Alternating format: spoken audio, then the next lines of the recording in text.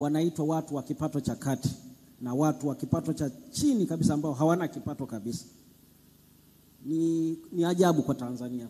Ni nchi ya kwanza kuzalisha makundi hayo, na ndio pengine ndio mgongano wa kinchi upo, na hali ya maisha imezidi kuwa mbaya. Sasa kila rais wa nchi hii aliyetokea na Chama cha Mapinduzi alikuwa na aina yake ya maongozi ya nchi katika eneo la uchumi. Ukiangalia Rais Kikwete, aina yake ya maongozi alikuwa akitumia kuendesha nchi kwa kutumia wanaita mseto, kwamba matajiri unawapa nafasi walipe kodi na masikini nao unawapa nafasi walipe kodi kadiri wanavyoishi. Alipokuja hayati Magufuli alikuja na mfumo wa kipekee. Yeye aliishi kama msocialisti, lakini aliendesha uchumi kama tuseme kwa mfumo wa kina Lenin. Alihakikisha masikini hawagusi kodi, yani hawawajibiki katika uendeshaji wa nchi, na matajiri ndio wakawa wanaminywa kwa kiwango kikubwa. Ni mfumo mzuri, unaleta namba kubwa za kiuchumi. Na alipoingia Rais Samia, naye alikuja na mfumo tofauti. Huu wanaita mfumo kwenye nchi za Baltic wanatumia sana kuendesha. Kwa nchi zilizoendelea, nchi zenye kipato kizuri kwa watu wake, unawapa uhueni matajiri, hawalipi kwa kiwango kile, halafu masikini unawabebesha mzigo. Wanakuwa sehemu ya ubia wa uendeshaji wa serikali. Kwa ujumla serikali hiyo uchumi wake utaitwa uchumi wa wabangaizaji. Hamwezi kufika kwenye eneo mnalotaka kufika kama nchi. Masikini hawezi kuendesha nchi. Masikini hawezi kuendesha nchi. Kwa hiyo Profesa Lambert, swali lako naweza nikasema nimeliweka sawa, na jibu lake ndio hili, kwamba uchumi wetu unaongozwa na wagonga kokoto, wakati matajiri wanaoendesha uchumi duniani wapo kwenye ahueni kubwa. Naweza nikalini. Sasa turudi kwenye hoja yako Farhan. Kumbe bado. Nimeshamaliza. Sasa nilikuwa naweka sana, narudi kwenye hoja ya msingi. Sasa zimebaki dakika 2 sasa. Asante sana. Ni mwanasiasa, nitajibu vizuri. Karibu. Farhan, umezungumza juu ya MRA. Uongezeko lake lina manufaa au linaleta matokeo gani kwa wananchi? Ndugu yangu Farhan, siku moja nitakuchukua uje Mbutu uishi maisha ya kawaida. Halafu nitakwambia mtoto ameugua, au twende wewe mwenyewe unaumwa, twende kwenye hospitali ya wilaya ama twende kwenye kituo cha afya cha Mbutu pale pale. Halafu majibu yake utakuja kuwaambia hawa ndugu zetu hawa kwamba gharama za maisha, gharama za hospitali kwa kiwango kikubwa zimekuwa juu kuliko kipato cha mtu wa kawaida. Nina ushuhuda wa wazi. Mimi mke wangu alikuwa naumwa kidogo tu. Mara ya kwanza kile kituo cha afya kilipozinduliwa, nilikwenda na shilingi 10,000, alitibiwa na change nikarudi. Change ikarudi. Ugonjwa ule ule miezi 3 baadaye nilipokwenda, nilienda na shilingi 10,000, nikaambiwa bili yako ni 60,000. Nikauliza kulikoni? Wakaniambia hii ni aina mpya, kwamba gharama za maisha kwenye maeneo ya kawaida zimebaki vile vile, lakini gharama za matibabu zimepanda kwa kiwango kikubwa sana. Na leo tunaambiwa juu ya siku 100 litakuwa hili. Mimi naumia sana nikiambiwa hili jambo. Siku 100, afu naahidiwa na chama tawala kilichopo miaka 60, naambiwa siku 100. Kwa kweli niseme sikubaliani na hii hoja, na bahati nzuri ni profesa mwalimu wangu. I respect you. Na baki hivyo. Asanteni sana. Asante sana. Yeriko Nyerere ni mgombea ubunge Kigamboni kwa kupitia chama Chauma. Asante sana kwa kuona. Lakini nadhani kuna moja tu la kumweka sawa, kwa sababu isiyeka hili swala la amesema sisi ni nchi pekee tumezalisha ile inaitwa fungu la kati. Ni sio sisi. Duniani kwa mujibu wa Umoja wa Mataifa na Benki ya Dunia wanazigawa chumi katika makundi 4. Ya kwanza nchi maskini kabisa, lower huku chini kabisa. Unafuata lower middle income country, middle income country na upper middle income country. Kwa hiyo sisi tulikuwa chini tukasogea tukawa lower middle income country, sasa tuna aspire kwenda tuwe uchumi wa kati wa juu. Kwa hiyo sio Tanzania, ni duniani. Ndivyo wanavogawa Benki ya Dunia, Umoja wa Mataifa. Nchi zinapambana kwenda juu. Kwa tunapiga hatua. Hii dira inataka tuende kwenye uchumi wakati wa juu, middle income, upper middle income country. Asante sana Profesa. Na ningependa kumkaribisha sasa hivi katibu wa Secretariat ya Chauma Taifa na mkurugenzi wa itikadi, mafunzo na elimu kwa umma, Edward Kinabo. Karibu sana. Halafu pia ningependa kutambua uwepo wa mwandishi wa habari nguli Absa Kibanda. Asante sana kwa kuwepo. Kwa wale ambao wana maswali ya ziada ambao mpo kwenye audience, karibuni sana kwa kuuliza maswali yenu. Mnaweza mkamtafuta hapo Matei alipo, halafu atanita. Karibu sana mheshimiwa. Sekunde moja. Unajua toka saa 5 upo hapo. Ni kweli kabisa. Kuna jambo ambalo linatakiwa liwekwe sawa. Profesa, nimeeleza matabaka ya watu, sio uchumi wa nchi. Nimeeleza matabaka ya watu, sio aina ya uchumi wa nchi, kwamba nchi ya uchumi cha kati cha nimeeleza ni matabaka ya watu, kwamba profesa hapo upo tabaka la kati. Ndivyo duniani ilivyo hivyo, ndivyo duniani. Haya tayari. Asante kwa kuweka sawa. Asante Eriko. Karibu sana Bwana Edward Kinabo, karibu sana. Karibu pia Joyce Shebe ambaye ni mhariri mkuu wa chumba cha habari kutoka Clouds Media Group kwa ajili ya maswali yako.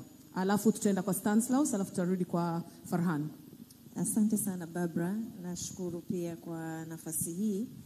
Na mimi nianze kwa kumuuliza swali Profesa Kitila Mkumbo, japokuwa swali langu moja naona Charles alinisaidia kuuliza kuhusiana na masuala ya rushwa na ufisadi, na nimefurahi kukuona mheshimiwa ukiwa umeishika dira mkononi.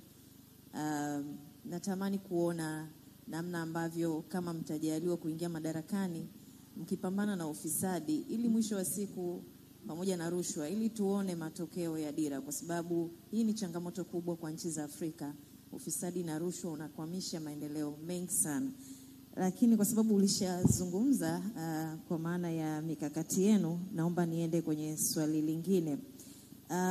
Ulijaliwa kuwa waziri wa zamani wa viwanda na biashara, na tamani kujua, tumezungumza hapa changamoto za ajira kwa vijana, lakini pia changamoto ya nishati ya umeme wa uhakika, na ukaeleza mikakati ambayo mko nayo. Natamani kujua zaidi, wakati sasa hivi hauko kwenye nafasi hiyo, lakini nini hasa ulijifunza, na pengine kama nchi tufanye nini, kwa sababu mmeahidi kuja na kongani za viwanda, lakini kuna changamoto zipi ambazo pengine wewe ukiwa kama waziri wakati ule uliziona, na pengine huko tunakoelekea mnaweza mkazifanyia kazi, au pengine unadhani kwamba bado zinaweza zikatuletea changamoto huko mbele tunakokwenda? Swali langu lingine kwako ni kuhusiana na kama nchi, yani unadhani tuwekeze wapi zaidi, kwa sababu nchi inaweza ikawa ina mipango mingi, ama serikali iliyo madarakani ina mipango mingi, lakini kinchi tujitizame kwa nafasi yako, kwa uzoefu wako, unadhani tuwekeze wapi zaidi? Asante. Nashukuru sana Shebe kwa swali hilo. Kwa kweli, kwa uzoefu wangu kama waziri wa viwanda wakati ule, na sasa waziri wa mipango, changamoto zipo nyingi, lakini mbili sana za msingi ambazo tunajaribu kuzitatua. Ya kwanza ni imani, kwamba tumehama kutoka dola kuwa na imani kubwa sana kwamba dola inapaswa kuendesha uchumi. Ndio tunatoka miaka 60, 70, 80. Halafu tukahama kutoka kule tukaenda kwenye another extreme, kwamba sekta binafsi inaweza ikafanya, ndio inapaswa kuendesha uchumi, tukaita kwamba ni engine. Kwa mafunzo ambayo tumeyapata na ambayo tumejitahidi kuyaweka kwenye dira, na ambayo Mheshimiwa Rais ametuongoza vizuri, ni kwamba lazima kama nchi tuwe very clear jukumu la sekta binafsi ni lipi na jukumu la sekta binafsi ni lipi. Kwa lazima tujue jukumu la serikali na jukumu la sekta binafsi. Kwa tumeona kwamba lazima serikali ijihusishe moja kwa moja na ujenzi wa miundombinu ya uchumi. Kudhani kwamba utapata sekta binafsi itakayojenga reli kwenda Kigoma, hiyo ni ndoto. Kwa lazima serikali iingize mtaji wake yenyewe pale, lakini kudhani kwamba serikali ndio itaendesha mabasi ya mwendo kasi sio sawa. Hilo lazima tujue kwamba hapa waendeshe sekta. Kwa clarity hiyo, nini wafanye sekta binafsi, nini wafanye sekta ya umma. Hiyo ni eneo ambalo tunaona kama ni muhimu. Kwa hiyo kwenye swala la ujenzi wa viwanda kwa mfano, tuliachia kabisa sekta binafsi ndio waendeshe. Lakini sekta binafsi kazi yake kubwa ni kutaka kutengeneza faida leo na kesho, sio kesho kutwa. Lakini wa mambo mengi ambayo yanatija, lakini tija yake sio kesho wala sio kesho kutwa, ni mtondogo. Na sekta binafsi katika mambo kwa haitakubali kuingia. Kwa hiyo tumeamua kwamba kuna maeneo ambayo serikali yenyewe itabidi jenge, kwa mfano hizo kongani, na sekta binafsi ije iingize tu. Na changamoto ya mwisho ilikuwa ni swala la mtaji. Tuliona kabisa sekta binafsi ipo itaenda. Sekta binafsi tukasahau kwamba ina changamoto mbili kubwa. Ya kwanza ni mtaji. Sekta binafsi haina mtaji. Inaweza kawa ana maarifa, mtaji hana. Kwa lazima tuweke mazingira ya kupata mtaji kwa urahisi na kwa riba ambayo inaeleweka. Ndio maana kwenye ilani ya sasa na kwenye dira tumeliweka hilo wazi. Lakini la pili, ndio mtu anaweza akawa na nia njema, ana maarifa na ujuzi. Huko tunapotoka tulikuwa nadhani kwamba kufanya biashara ni swala la kuamua, tunaamka asubuhi, una hela, unafungua duka. Tukasahau kwamba na yenyewe inahitaji maarifa, inahitaji ujuzi. Kwa hiyo tumeweka kwenye ilani ya sasa swala la kuwekeza kwenye kujenga ujuzi, uwezo wa kimaarifa wa sekta binafsi kwenye kufanya hiyo kazi zao, hususan kwa vijana wetu. Vijana wapate mitaji, lakini mitaji pekee yake haitoshi, wapewe ujuzi, kwa sababu wengi tumewapa mikopo mingi tu halafu hawakurudisha. Swali la pili, tuwekeze wapi? Bahati nzuri kwenye dira tumeweka vigezo 5 vya kuchagua maeneo ya kuwekeza. Kwa sasa, kwa hatua ya sasa, humu ndani tumetambua vipaumbele vya msingi 9. Tunaviita sekta za kimageuzi. Tukianza na viwanda, swala la kilimo, viwanda, teknolojia, madini, utalii, vipo 9. Lakini muhimu sana tumeweka vigezo. Ili hii sekta yako tuite kama ni ya kipaumbele, kuna vigezo gani? Tumeviweka 5. Nitaje tu moja. Tumesema moja, lazima tutaiba kipaumbele kama sekta yako ina nafasi ya kuajiri vijana, watu wengi. Kwa swala la employability ni kigezo kikubwa. La pili, kama sekta yako inatupa nafasi ya kuongeza thamani, tutaipa kipaumbele. 3, kama sekta yako inatuongezea uwezo wa sisi kama nchi kuuza bidhaa nje ya nchi, hasa ambazo zimeongezwa thamani, hiyo tutaipa kipaumbele. Namba 4, kama sekta yako inashabihiana, inachochea ukuaji wa sekta nyingine, tunaita sector linkage, tutaipa kipaumbele. Na mwisho, kama sekta yako ina nafasi ya kuongeza mapato ya serikali, tutaipa kipaumbele, kwa sababu serikali muhimu ili kujenga uwezo wa serikali wa kuweza kuhudumia wananchi. Kwa hivyo vigezo hivi 5 ndivyo ambavyo tutaviangalia kwenye dira hii, na sisi kama CCM tumeviakisi kwenye ilani yetu. Nakushukuru sana. Asante sana Mheshimiwa Waziri. Nitaomba nilete swali kwako na kwa ndugu yangu wa Chauma. Tumekuwa na tukinyosha kidole kwamba tunaanzisha miradi na taasisi mbalimbali. Hapa nchini Tanzania tumeshawahi kuanzisha Mkurabita, Mkukuta, kuna TASAF, kuna mikopo ya halmashauri na kadhalika. Lakini yote hii ni kama ayakis mabadiliko ya uchumi wa Watanzania. Tunahisi kwamba hii ni kama kuchezea fedha za umma na hatizileti matokeo yoyote. Kama waziri ambaye unasimama kwenye dhamana ya uwekezaji na masuala ya uchumi, unalitafsiri vipi? Lakini swali langu la pili litaenda kwa ndugu yangu kutoka Chauma. Mmekuwa mkieleza mambo mengi bure, vitu bure, na hata ndugu yangu Yeriko Nyerere alikuwa amezungumzia hapo. Tunafahamu kwamba kodi ndio msingi wa kujenga nchi. Nyinyi mtapata wapi fedha ya kuhakikisha kwamba kila kitu mnachokisema kinawezekana kuwa bure, na kwa tafiti zipi? Anaanza au nianze? Anza dia. Nijibu katika maeneo mawili. La kwanza, tunatekeleza nini? Tunakuwa na vitu kama 4 5. Of course unakuwa na dira, lakini muhimu unakuwa na sera, sheria. Sera na sheria ni vya muda mrefu.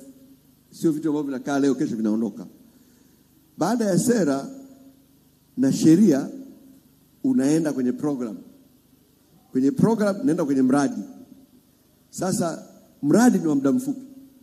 Kwamba tuna mradi wa kufuga nyuki.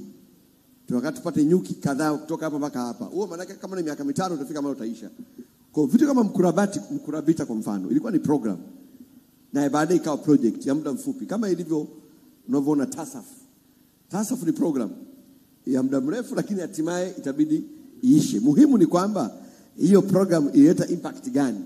Lengo la mkurabita ilikuwa ni kuchochea urasimishaji wa sekta isiyo rasmi iwe rasmi. Ndio ilikuwa lengo lake kubwa. Kwa hiyo ilifanya kazi yake, ikafanywa tathmini, yanaonekana mafanikio, zipo changamoto, ikaenda kwenye program zingine. Lakini muhimu ni kwamba sera ya urasimishaji wa sekta isiyo rasmi ni endelevu. Lakini zipo zitakuja zitaondoka, lakini sera ya msingi inabaki pale. Karibu sana Bwana Edward Kinabo. Nashukuru sana Cafe Talk. Nijielekeze kwenye swali. Ni kweli tumekuwa tukiahidi baadhi ya huduma za kijamii kutolewa bure. Swali ni tutapata wapi fedha? Nashukuru. Nianzie alipoishia profesa. Tumekuwa na mipango mingi sana. Na mimi nitaanzia kwenye mkurabita kama mfano wa wapi tapata pesa. Mwaka 2003 wakati wa Mheshimiwa Rais marehemu hayati Benjamin Mkapa, aliletwa mtaalamu mchumi kutoka Peru, Dr. Hernando de Soto. Ndiye aliyefanya utafiti uliopelekea kuanzishwa na kutekelezwa kwa program ya kurasimisha rasilimali za wanyonge, mkurabita. Kwa mujibu wa utafiti wa Dr. de Soto, thamani ya mtaji mfu, dead capital, uliopo kwenye ardhi na biashara zisizo rasmi, kama ardhi ikapangwa, ikapimwa, ikarasimishwa, biashara zikasajiliwa, thamani ya mtaji huo mfu ilikuwa ni dola bilioni 29 za Kimarekani, ambazo ni takriban sawa na shilingi trilioni 73 za Kitanzania. Huku ndipo pesa zilipo. Nchi hii leo ni 25% tu ya ardhi yote ya jumla ndio imepangwa na kupimwa. 85% haijapangwa, haijapimwa, haijarasimishwa, haijatolewa hati miliki. Tafsiri yake ni nini? Serikali ya CCM inapoteza zaidi ya 85% ya mapato mengi ambayo yangeweza kupatikana katika land rent, katika kodi ya pango la ardhi. Serikali ya Chauma itarasimisha ardhi za Watanzania na tutapata mapato mengi katika kodi za ardhi. Tutakwenda kutoa huduma bure za afya, hasa katika chakula mashuleni. Watoto wanachangishwa chakula, wengine wanapata, wengine wanakosa. Tutapata pesa eneo hilo. Vijiji vya nchi hii ambavyo vimefanyiwa mipango ya matumizi bora ya ardhi ni 37% tu. Zaidi ya 33% ya vijiji havijapangwa, havijapimwa, wananchi hawana hati. Hili ni eneo la kwanza la mapato. Eneo la pili la mapato ya kuendesha nchi hii ni kwenye kudhibiti matumizi ya anasa. Tumeona wenzetu wamekuwa wanatenga mabilioni ya fedha kubadilisha samani, furnitures za ofisi kila mwaka. Bilioni 890, bilioni zaidi ya 500 kununua magari. Wamekuwa wanachezea fedha za Watanzania. Tutadhibiti matumizi ya anasa, tutayapeleka katika huduma za kijamii. Jambo la tatu ambalo tutafanya, tutaanzisha serikali ndogo ya kisayansi. Tutaacha kutengeneza utitiri wa vyeo na mawizara na maofisi ambao unatafuna fedha. Matumizi ya kawaida ya serikali ni zaidi ya 75%.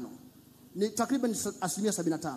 Katika kila shilingi 100 inayotengwa kila mwaka katika bajeti ya nchi hii, iwe ya kilimo, ya afya, shilingi 75 zinakwenda kulipa mishahara, marupurupu, posho, mafuta na vitafunwa, refreshment na kadhalika. Ni shilingi 25 tu ndio zinakwenda kwenye maendeleo. Serikali kubwa, matumizi ya nasa. Tutapunguza ukubwa wa serikali, tutaongeza bajeti ya maendeleo, tutaleta hizo huduma. Lakini nimalizie, si kweli kwamba huduma zote tutatoa bure. Nitakwambia huduma ambazo tumeshatoa bure. La kwanza ni kwenye elimu.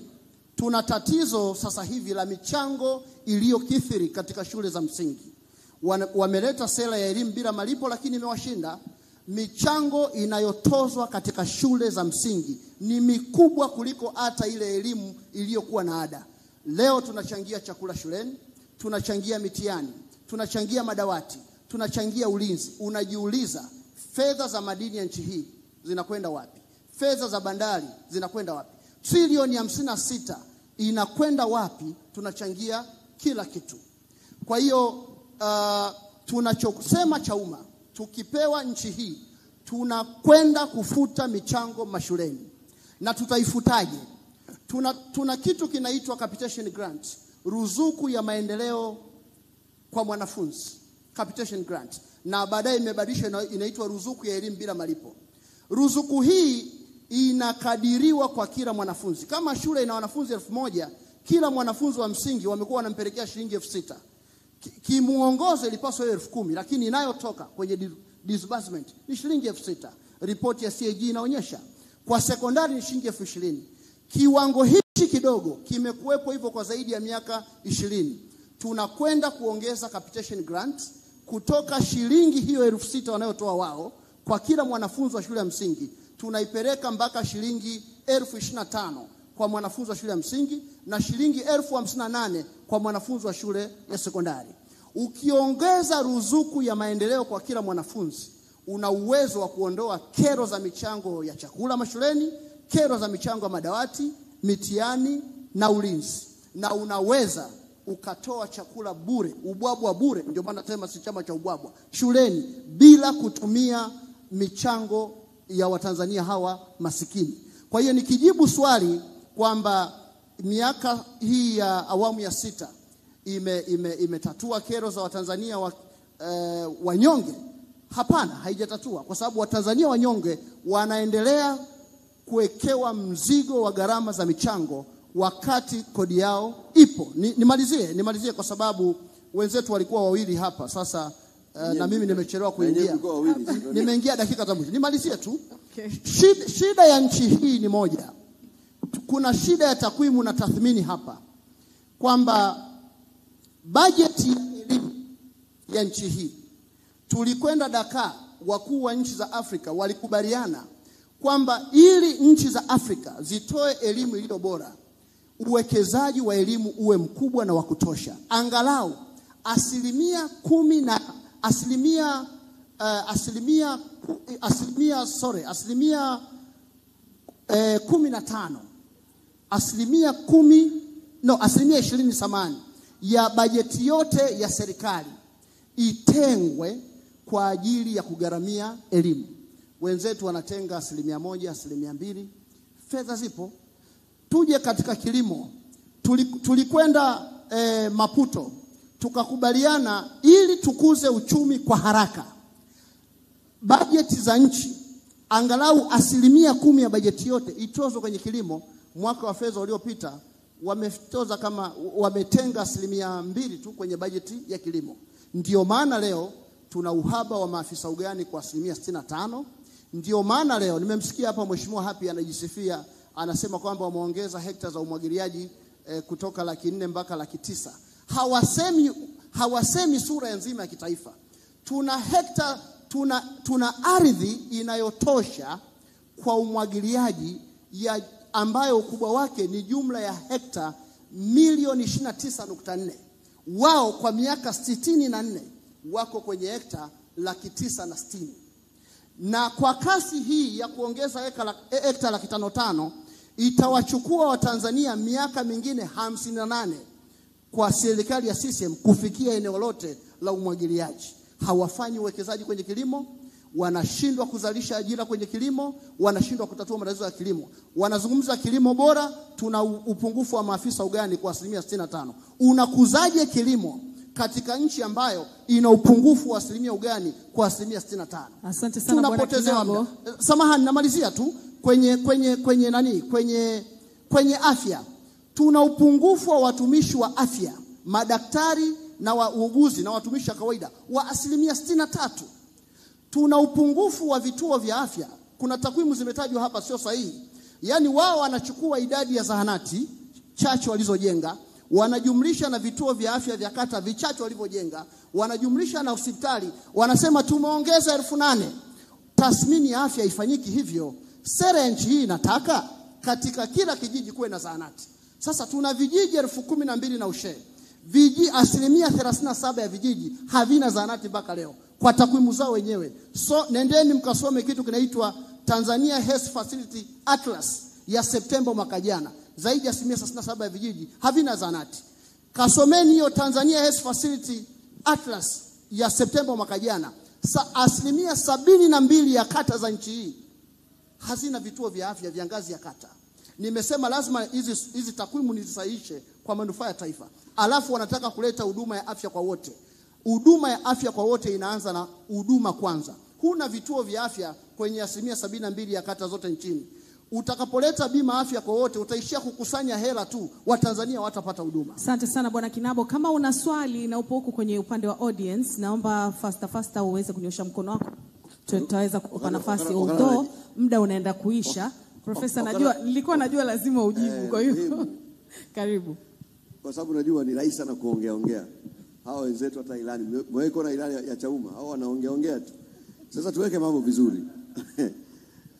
Kwanza kwenye swala la kuwezesha wananchi kiuchumi, unafanya mambo mawili tu makubwa. La kwanza ni kufungua fursa za wananchi kujipatia kipato. Lakini la pili, unawapunguzia wananchi gharama za maisha. Tumefanya nini katika miaka 5 hii? Moja, tumepeleka shilingi bilioni 961 kama TASAF kwa kaya maskini, na wananchi milioni 5 wameweza kunufaika. Tumepeleka ruzuku sisi bilioni 993 mbolea. Maana zile hela ni njia bali wakanue mbolea, tumewapa ruzuku, wamesave kubakanua mfukoni. Hii anazungumzia elimu, tumepeleka 1.3 trillion shillings kwa mashule yetu, shule ya msingi mpaka sekondari mpaka form 6. Wananchi wamesave 1.3 trillion. Lakini tumepeleka sisi trilioni 2.76 kwenye elimu ya juu kama mikopo ambayo wazazi katika hali ya kawaida walipaswa kulipwa. Tumepeleka huko. Ukizungumzia bima ya afya, sisi tumefanya mpaka cost analysis.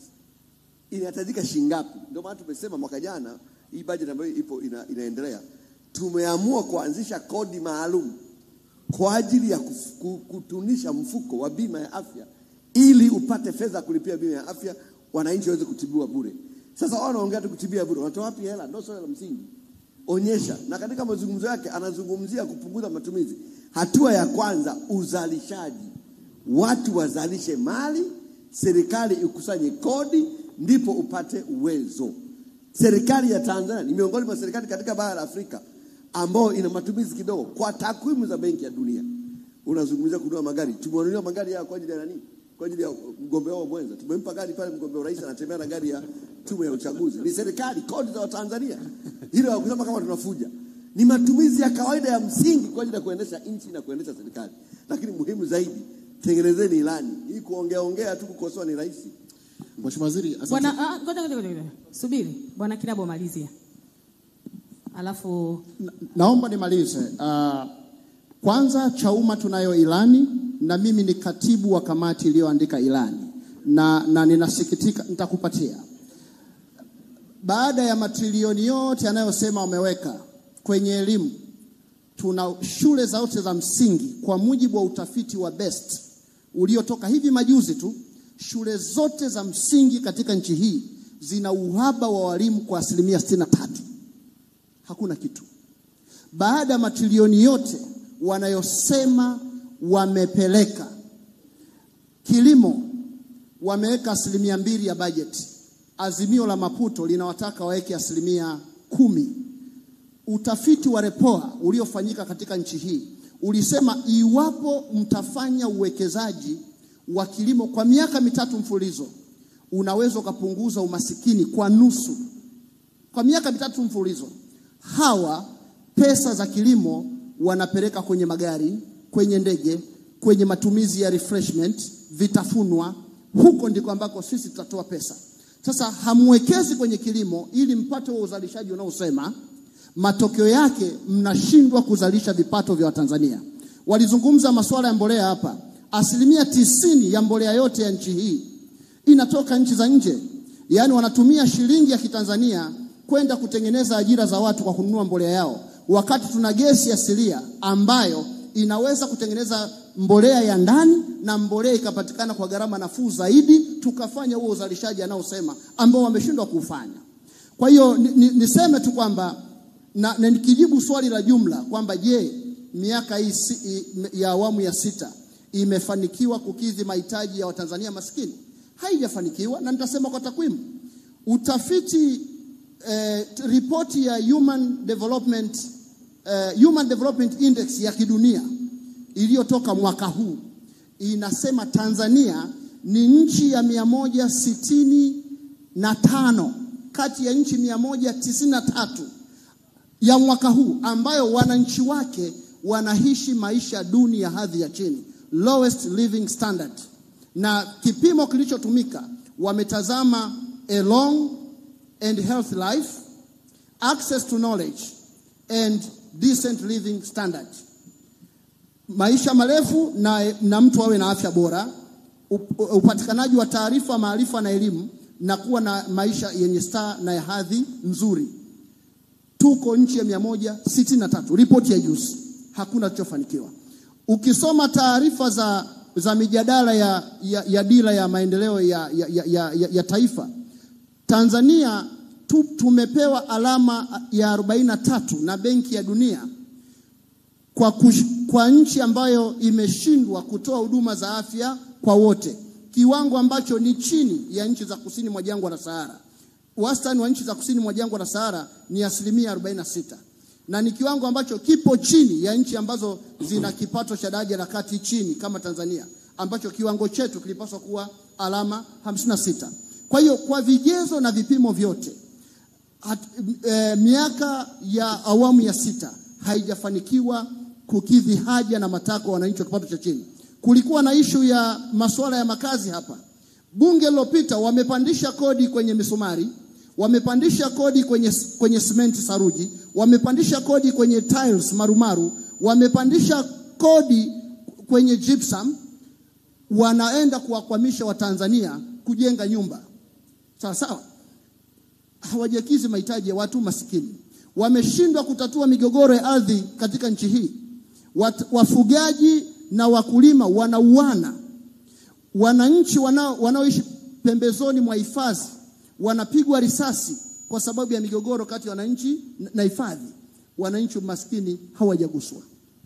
Kwa hiyo sisi kama Chauma tumeeleza katika ilani yetu kwamba ndani ya siku 100, kwanza kipaumbele chetu cha kwanza ni kwenda kufufua na kuandika mchakato wa katiba mpya.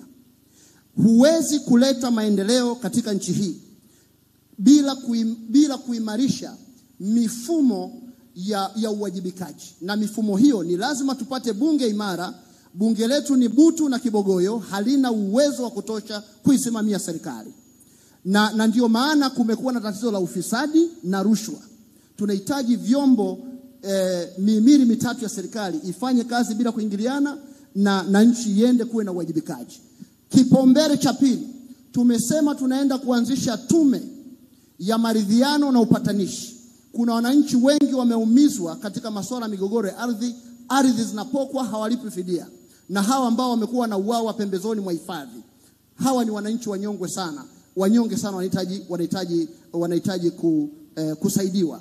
Tume hii ya maridhiano na upatanishi itasaidia hilo. Tuna tatizo la utekaji, wanaotekwa ni wananchi wanyonge, wanaouawa ni wananchi wanyonge, wameshindwa kulinda usalama wa raia wa wananchi maskini. Tunakwenda kukomesha utekaji ndani ya siku 100 za serikali ya Chauma. Wameshindwa kuleta huduma za maji. Ukisoma takwimu zao wanakuambia maji mijini yanapatikana kwa 90%, vijijini kwa 79%. Nenda mitaani utagundua watu wanakunywa takwimu, hawanywi maji. Nenda kwenye kata ya Kwembe jimboni kwangu, jimbo la Kibamba, mimi ni mbunge ajaye wa jimbo la Kibamba. Nenda Kwembe, nenda Msigani, nenda Goba, nenda Mbezi, nenda Kibamba, nenda kule King'ong'o, Michungwani, Kibwegere, nenda maeneo yote hayo, nenda Msumi, Mpiji Magoe. Hapa mjini tu hakuna maji. Asante sana. Hakuna maji. Asante sana Bwana Kinabo. Wewe. Asante. Yani Stanislaus.